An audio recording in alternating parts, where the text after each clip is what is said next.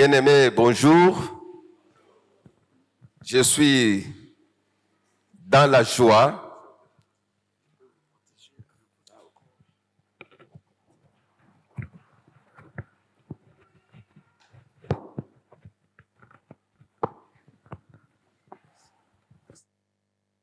Je disais que je suis dans la joie de me trouver devant vous ce matin, après presque 2 ans d'absence dans l'église, dans la ville.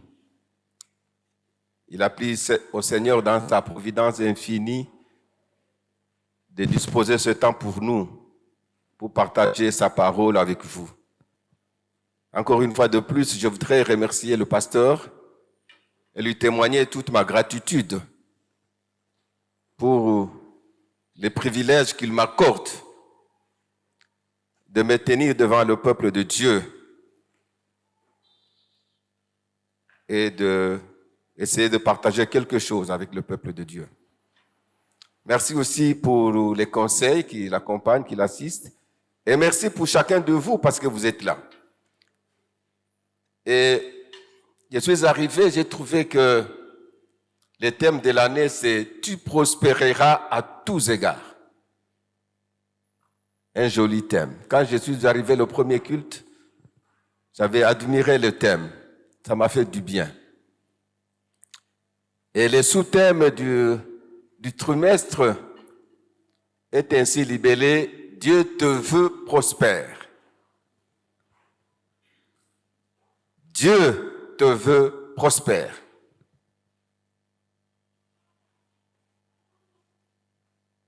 Dieu te veut heureux, en d'autres termes. Dieu veut que tu aies du succès, en d'autres termes, dans ce que tu fais. Dieu veut que tu réussisses.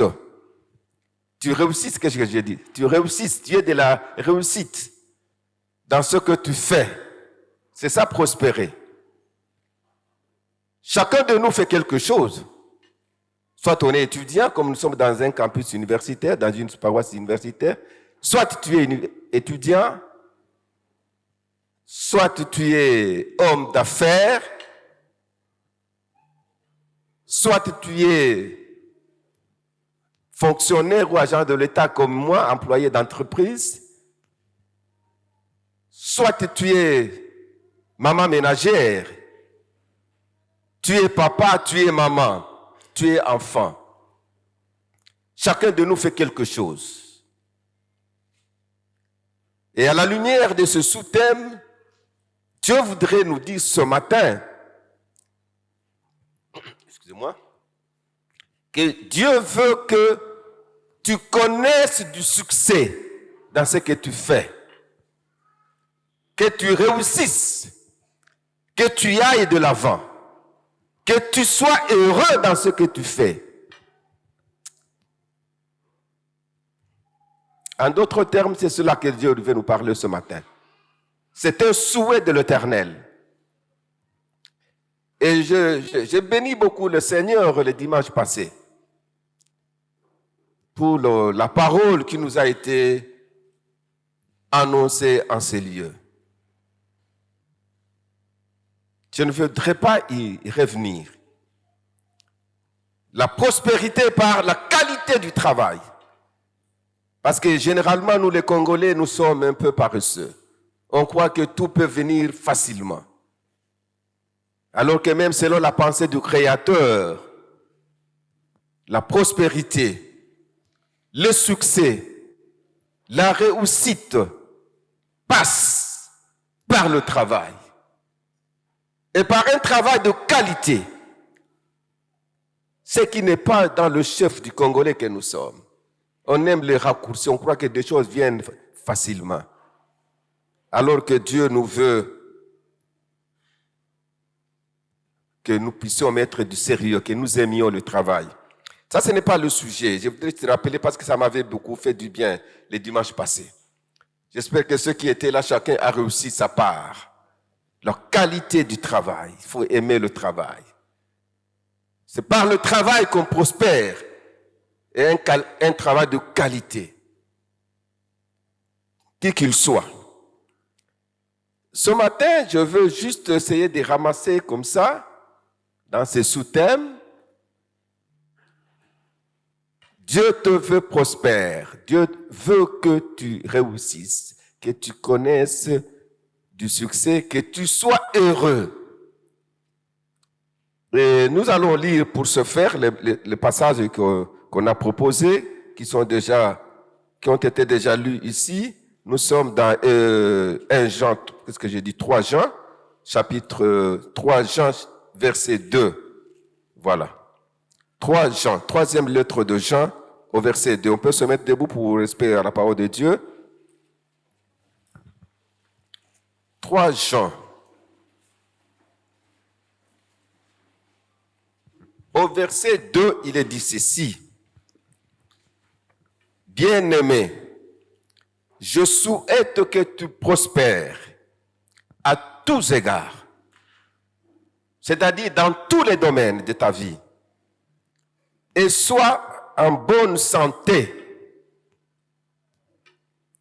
comme prospère l'état de ton âme. Je vais reprendre le verset.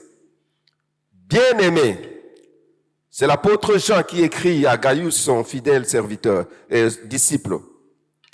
Je souhaite que tu prospères à tous égards, c'est-à-dire dans tous les domaines, et que tu sois en bonne santé, comme prospère l'état de ton âme.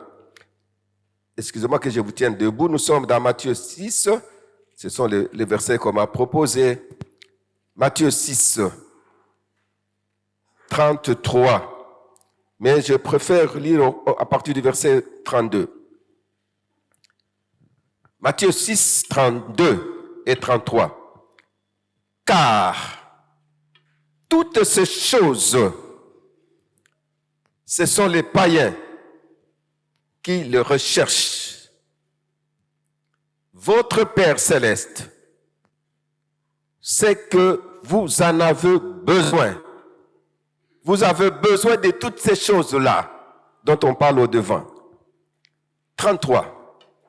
Cherchez premièrement le royaume et la justice de Dieu, et toutes ces choses vous seront données par-dessus. Parole du Seigneur. Amen. Je vous en prie, vous pouvez vous asseoir.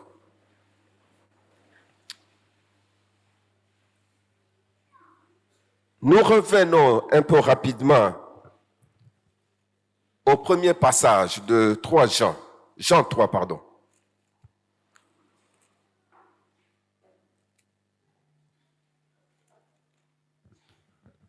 L'apôtre Jean, sous l'inspiration, bien entendu, du Saint-Esprit,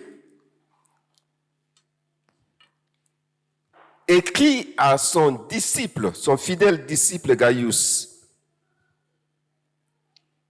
Il lui dit, je formule le souhait que tu puisses être heureux et que tu sois en bonne santé. Que tu puisses réussir dans tout ce que tu entreprends, dans tous les domaines de la vie. Mais en même temps que tu sois en bonne santé. Mais il ne s'arrête pas là. C'est la suite qui m'a beaucoup intéressé. Comme prospère l'état de ton âme. Il établit un parallélisme entre la réussite dans les secteurs de la vie et le fait d'avoir la bonne santé. Mais il met en parallèle avec la prospérité de son âme.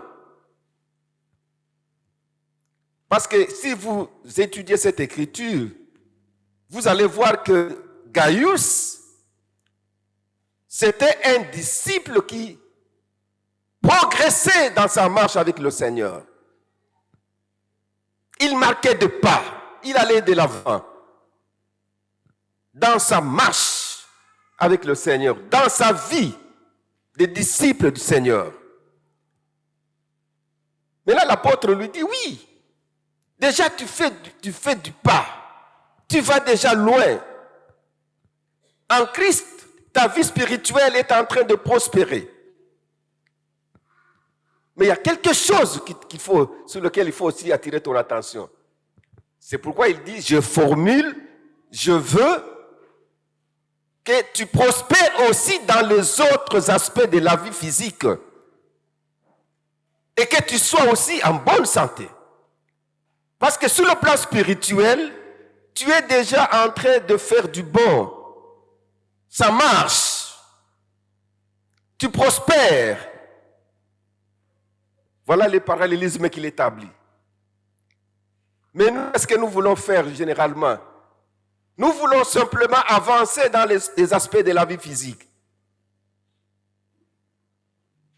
Nous voulons seulement être en très bonne santé physique, alors que l'âme est en train de souffrir.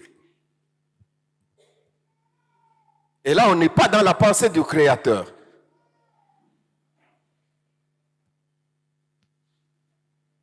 C'est très bien, c'est très important de saisir cela. La prospérité dans les domaines de la vie physique pour le peuple de Dieu que nous sommes. La prospérité dans les domaines de la vie physique, où le fait d'avoir la bonne santé doit être la conséquence de l'aspect spirituel que nous avons. On va le voir tout à l'heure, comme nous l'avons expliqué au premier culte. Car en réalité, nous ne sommes que des êtres spirituels. Quand nous rentrons à l'origine, à la création, lorsque nous lisons Genèse 2, verset 7, qu'est-ce qu'il est dit? Il dit que quand Dieu a dit qu'on crée l'homme, il a pris l'argile. Dans certaines versions, on utilise la glaise. C'est une sorte d'argile solide, compacte, que l'eau ne pénètre pas. Un peu comme ce que les amis de l'Académie des Beaux-Arts, les sculpteurs là, les matières là qu'ils utilisent. Il dit, il a pris l'argile, il a formé ce qu'il a appelé homme. Mais cet homme-là était inerte, sans vie, sans mouvement. Et pourtant, il était là. C'est comme ce que nos amis font là. Jusqu'à ce que Dieu a insufflé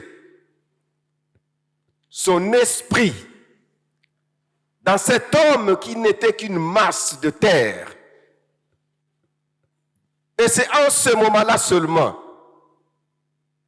que cette masse de terre a reçu la vie. Elle est devenue une âme vivante, un être vivant comme nous le sommes ce matin. Donc ce qui a donné la vie, ce n'est pas ce qui a été tiré de la terre.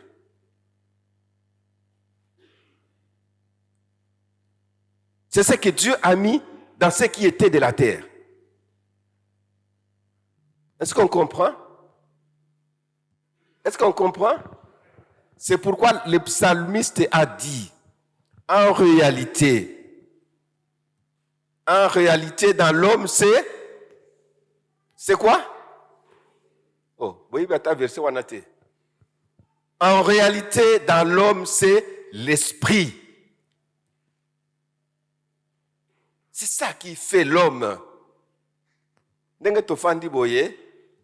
Si vous ne savez pas ça, nous sommes des êtres spirituels. Essentiellement spirituels. C'est pourquoi il faut soigner ta vie spirituelle. Il ne faut pas prendre à la légère ta vie spirituelle.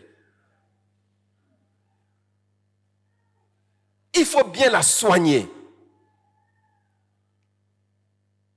Nous sommes des êtres spirituels et des êtres éternels. Je n'entre pas dans cet aspect-là. Il faut prendre bien soin de ta vie spirituelle. Ce que tu es et ce que tu seras est la conséquence de ce que tu es sur le plan spirituel. Est-ce que ça passe bien? Ce que tu es aujourd'hui et ce que tu seras demain est essentiellement lié à l'état de ta vie spirituelle.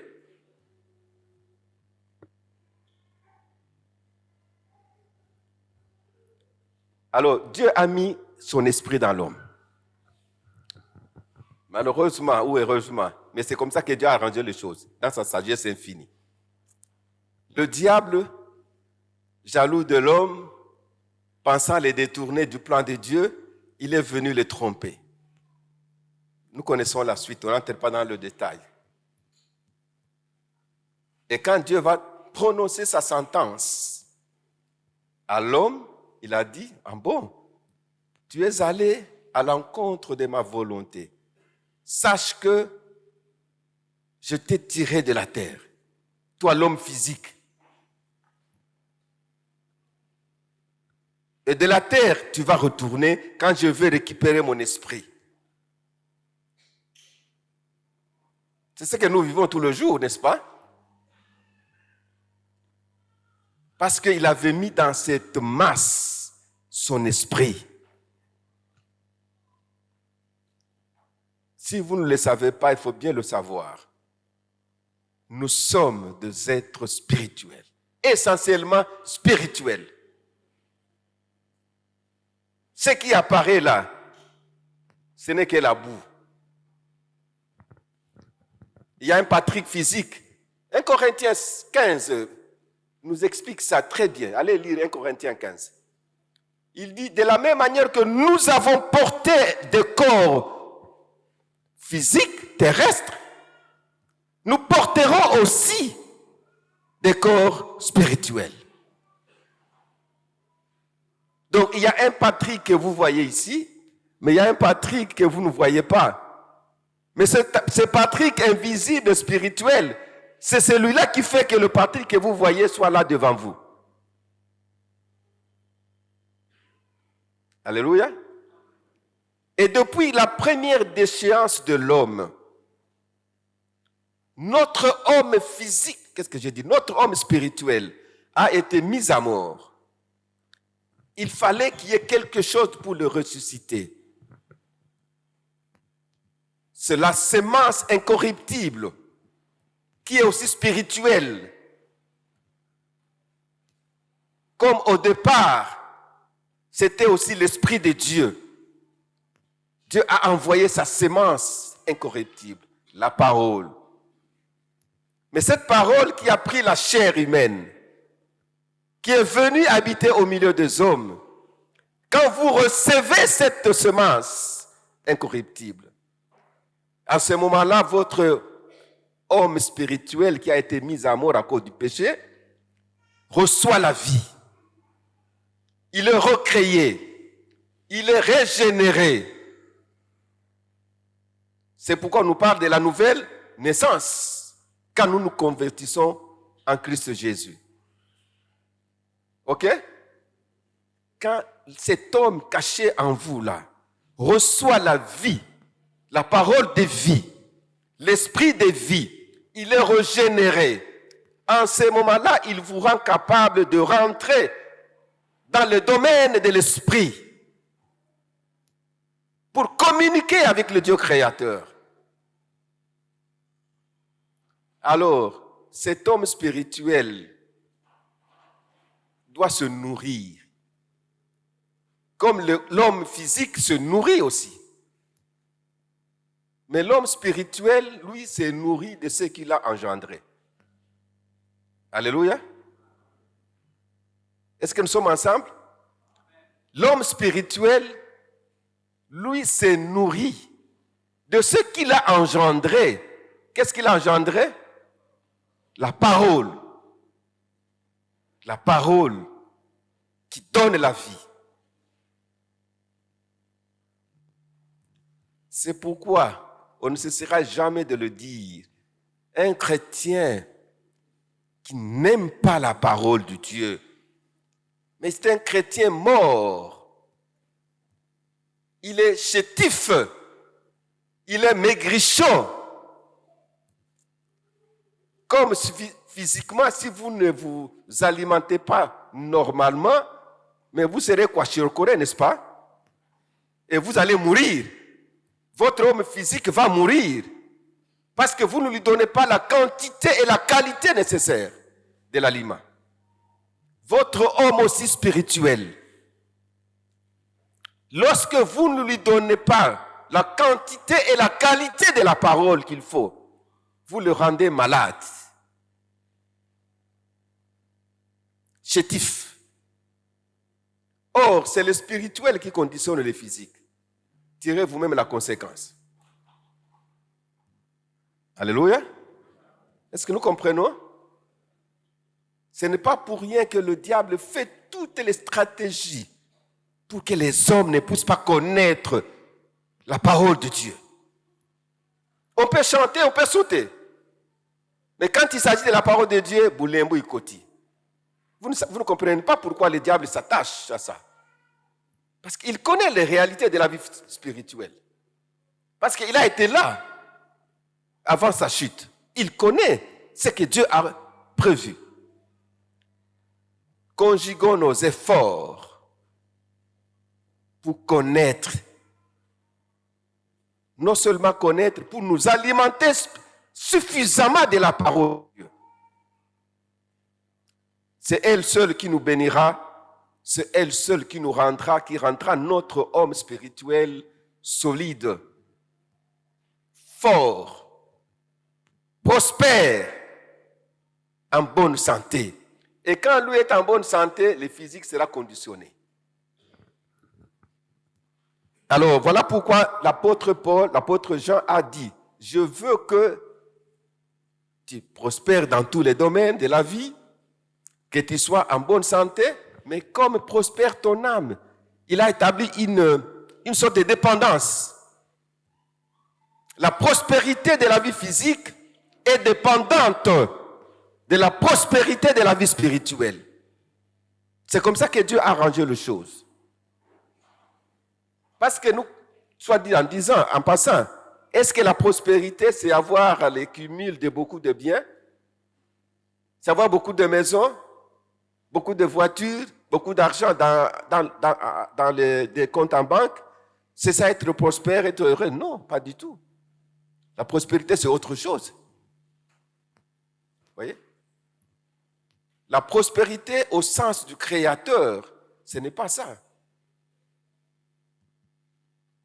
Mais le diable pense que c'est comme ça. C'est comme ça qu'il trompe les gens. Oh, je vais te donner, je vais faire ceci. Tu vas être comme ça. Alors que la prospérité devant Dieu, c'est autre chose. Ce n'est pas dans ces choses-là. Et alors, comment devenir prospère selon la pensée du Créateur? Qu'est-ce qui peut nous rendre prospères?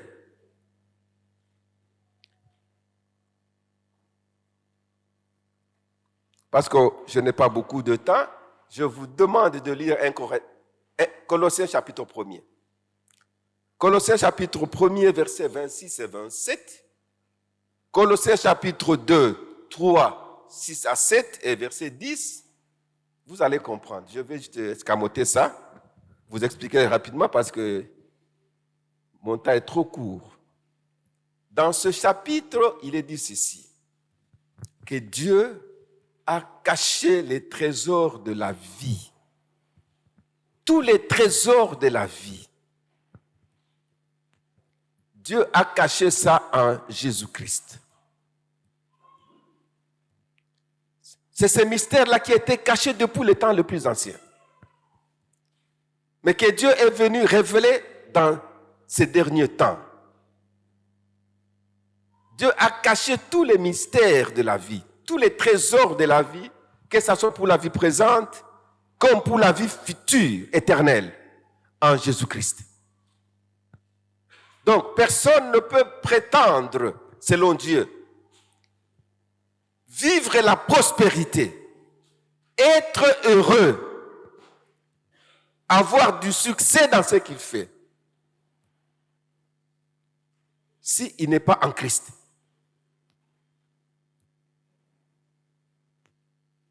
Alléluia.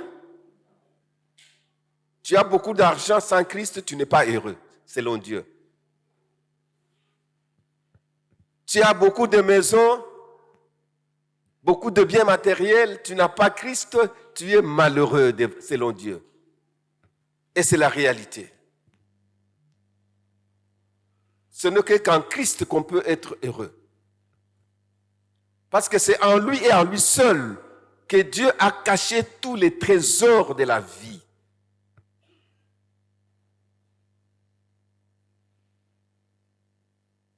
Christ en vous, l'espérance de la gloire. Nous avons tout pleinement en Christ.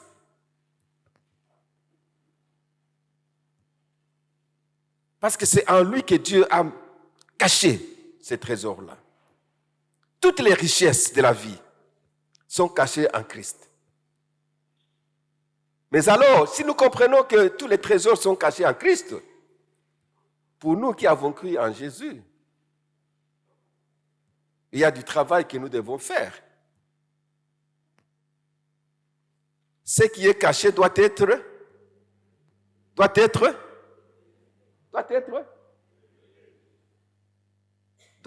recherché.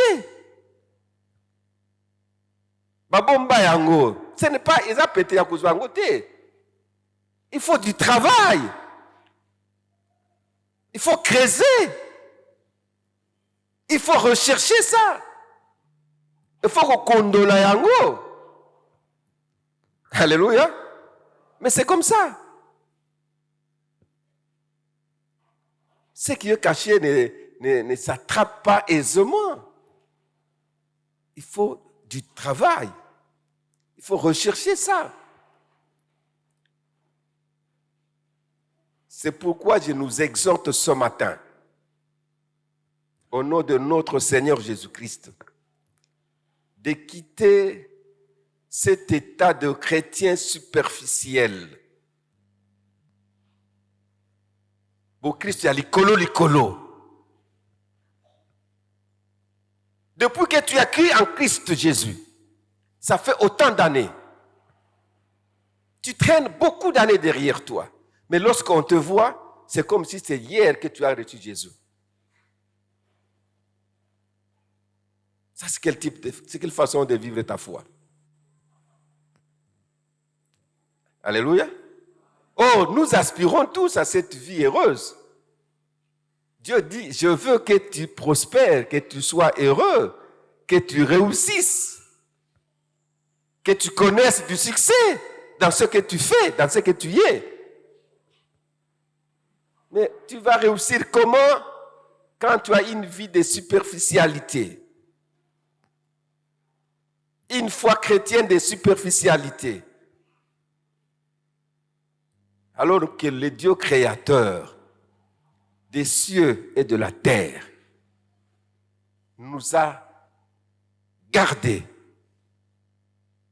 des choses excellentes pour notre vie de la terre et pour notre vie d'éternité. Mais ces choses-là sont cachées. Dieu l'a caché, ça la sagesse de Dieu. Nzambe abombi yango na kati na Yesu.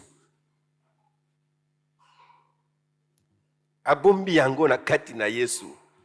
C'est la sagesse de Dieu, du Créateur. Osana Yesu, c'est déjà quelque chose. Mais ceux qui ont fouillé au condolité, mais tu vas passer outre. Tu auras la vie éternelle parce que tu l'as reçue.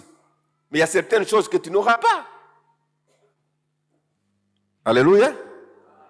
Il y a certaines choses que tu n'auras pas. Parce que tu n'auras rien compris. C'est comme on dit, c'est lui qui est assis sur une mine d'or.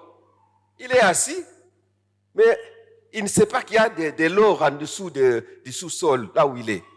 Mais il va mourir pauvre. N'est-ce pas? N'est-ce pas? Mais non, nous aussi les chrétiens, c'est comme ça. Dieu a placé des trésors en Jésus. Beaucoup de trésors qu'on ne sait même pas compter.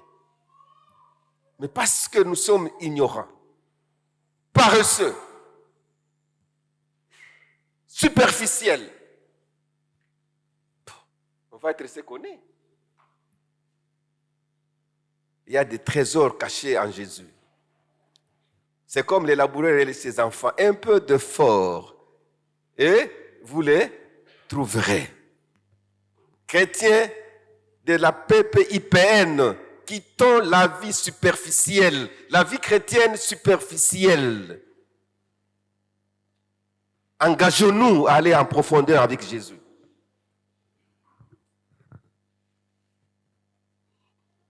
Si nous voulons effectivement, sinon vous allez le slogan. Ce n'est pas les slogans. Ce que dit là-bas, ce n'est pas des slogans. Dieu veut que tu prospères. Mais quand bientôt, c'est le dernier trimestre de Papa Vital. L'année sera finie. Et l'année prochaine, on va avoir un autre thème. Et le résultat, c'est quoi? Dans la vie du peuple de Dieu. Donc, il y a un slogan à caca, parce que chaque année, on doit avoir un thème. Je ne pense pas que ça soit comme ça. Je ne pense pas que ça soit comme ça. Mais si on arrive à la fin de l'année, si on peut, chacun de nous peut faire une petite évaluation, il va se situer où? Dieu veut que nous soyons effectivement prospères. Mais cette prospérité, c'est en Christ Jésus que nous pouvons l'avoir. Parce que c'est en cela, en lui seul, que Dieu l'a caché. Mais ça ne vient pas comme ça. Papa, Kotana Zindo, le texte que vous allez lire, Colossiens 2, il dit, de la même manière que vous avez reçu Christ Jésus, marchez en lui. Première chose. Soyez fondés en lui. Enracinez-vous en lui. 3 verbes.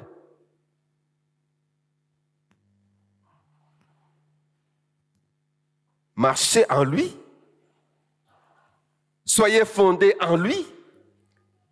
Enracinez-vous en lui. Et vous faites quoi? Vous avez reçu Jésus, ok. Et puis c'est fini. Nous avons Christ ici.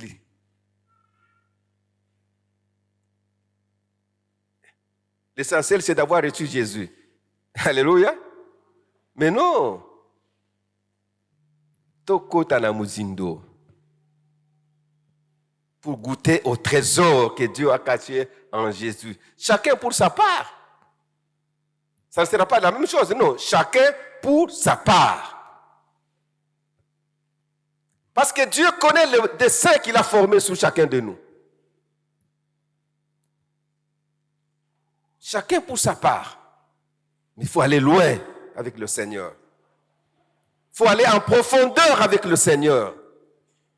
Ne soyez pas des chrétiens paresseux. Superficiels. La vie chrétienne n'est pas dans les slogans, mes frères et sœurs. La vie chrétienne est dans les choses qu'on fait. Dans les choses qu'on fait avec le Seigneur. Et je vois des jeunes ici, nous sommes en train de vivre l'inclinaison. Moi, parfois, j'ai pitié de moi-même. Je me dis, si j'avais compris ces choses quand j'étais encore plus jeune, j'irais très loin avec le Seigneur. Mais malheureusement, c'est comme ça que c'est arrivé. J'ai découvert ces choses avec beaucoup de retard. Si j'avais connu ces choses avant, peut-être je ne serais pas ce que je suis aujourd'hui. Mais gloire soit rendue à Dieu. Notre Dieu, c'est un Dieu de récupération. Il peut me faire récupérer ce que j'ai perdu. Mais pourvu que je m'enfonce davantage. Jeunes que vous êtes là, comprenez, ça ce n'est pas la pensée d'un philosophe, hein, comme je l'ai dit au premier culte. Ce n'est pas la pensée d'un historien ou d'un sage de ce monde. Non, c'est la pensée du Créateur. Allez méditer attentivement Colossiens 1 jusqu'au Colossiens 2 et que le Saint-Esprit éclaire votre intelligence pour que vous compreniez ce que Dieu est en train de dire dans ce passage. Il y a des trésors que Dieu a cachés en Jésus. Pour la vie présente et pour la vie future. C'est pourquoi, jeunes qui vous êtes là, ne perdez pas votre temps en allant à gauche, à droite. Le bonheur et la paix, la joie, la prospérité véritable, c'est en Jésus. En Jésus et en Jésus seul. Pas ailleurs. La paix véritable, c'est en Jésus. Le succès véritable, c'est en Jésus. La réussite véritable, c'est en Jésus. Le bonheur véritable, c'est en Jésus. Et tout ce que nous pouvons encore imaginer, c'est en Christ Jésus. La Bible dit que ces trésors-là, ce mystère caché, Dieu l'a caché depuis le temps. Même les Abraham là n'ont pas beaucoup compris ça. Comment Ésaïe, Jérémie, Ézéchiel, ils ont parlé de ces choses. Si vous méditez les Écritures, vous allez comprendre ça. Ils ont parlé de ces choses, mais ils ne réalisaient pas ça va se passer comment. Mais nous avons la grâce de connaître ce Jésus. Parce que Dieu a révélé ce qui était caché en Christ Jésus. Et nous sommes les hommes les plus heureux d'avoir connu Jésus. Donc, mes frères et sœurs, vous qui m'entendez ce matin, je vous défie, je vous enjoins de mettre fin à cette sorte de vie spirituelle très superficielle.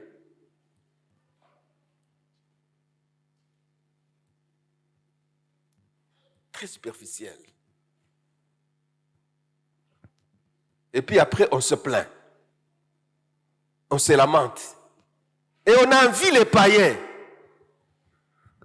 Mais les païens sont les hommes les plus malheureux dans ce monde. Ils peuvent avoir des maisons, des villas, tout ça. Mais ce sont des hommes les plus malheureux. C'est pourquoi le Seigneur nous dit, même quand vous le voyez dans sa plus grande richesse, il ne faut pas l'envier, il est malheureux.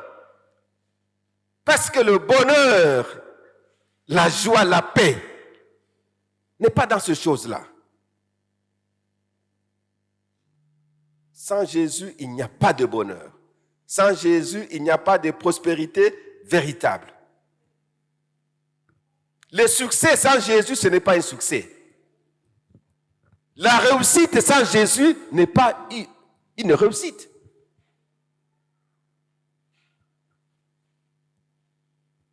Alléluia. C'est comme ça, parce qu'à cause du manque de compréhension, il y a des chrétiens qui travaillent comme nous, ils commencent à tripoter, parce qu'il faut assumba mutuka, assumba ndaku, ils tripotent pour qu'il est prospère. Malheureux. C'est pas ça. Hein? Mauvaise compréhension des choses. Mauvaise compréhension des choses. Bamususu, il pense que c'est auprès du diable qu'il faut aller, qu'on ne peut pas citer du haut de cette chair. Mensonge du diable. Tout est en Christ. Le pouvoir est en Christ. L'autorité est en Christ. Alléluia. Nous avons en nous l'esprit créateur de toutes choses. Je dis toujours, quand je parle avec des gens, vous savez, parfois, les dieux,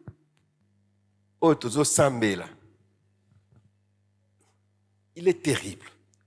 Quand nous disons qu'il est créateur, il est créateur. S'il veut faire du plaisir à son fils, il peut créer même de nouvelles choses. Il peut ordonner que de nouvelles entreprises soient créées dans notre pays. Que de nouveaux services soient créés. Et il te met en connexion, parce que c'est le Dieu de connexion, pour que tu sois là-bas. Même si tu es kokota, mais yo nde à cause de yo nde asali yango, okota. Est-ce que nous comprenons ces choses-là? Le Dieu de la Bible, il peut ordonner même que bitumba et salama batuba kufa. Parce que à la fin des choses, je vais terminer, merci. À la fin des choses, on va créer un service songolo pour que yo la kati. Il n'est limité par quoi que ce soit. Mes frères et sœurs, parce qu'on va terminer. Donc, ce matin, Dieu nous dit ceci. Il y a des trésors en Christ Jésus que Dieu a destinés pour que nous soyons des hommes heureux sur cette terre. Que nous réussissons dans ce que nous entreprenons. Que nous ayons du succès.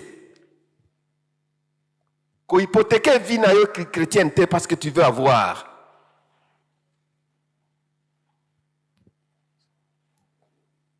Kotana Muzindo. Nous avons été régénérés par...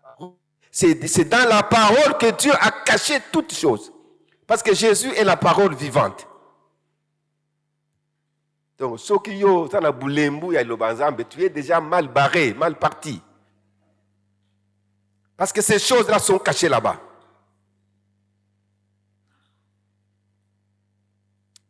Pour terminer, quand le diable a tenté le Seigneur Jésus, il lui dit, mais non, mais tu vois tous ces royaumes ici.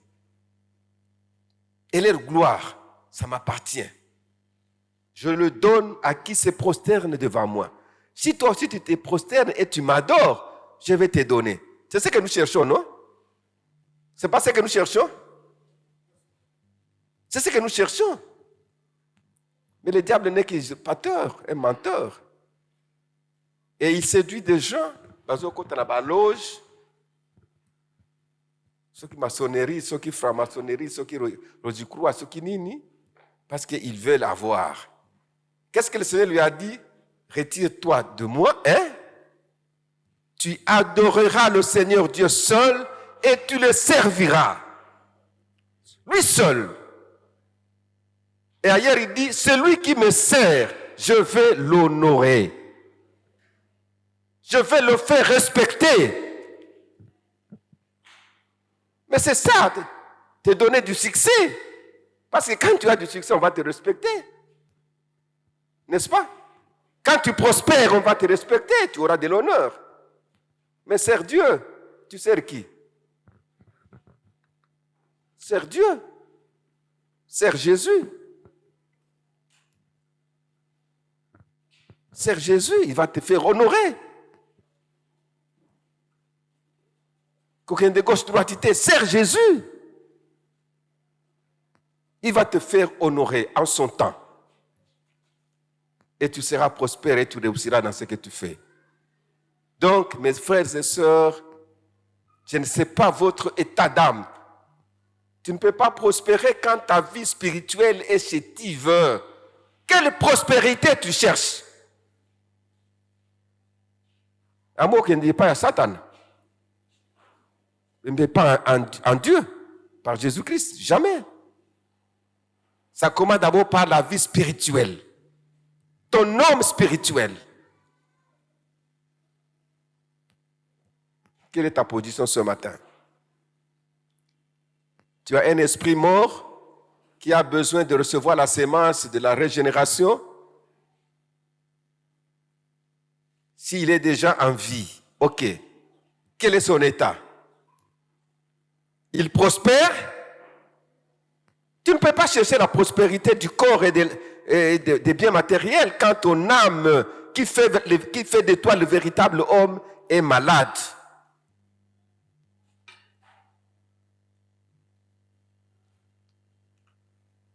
Que Dieu nous bénisse.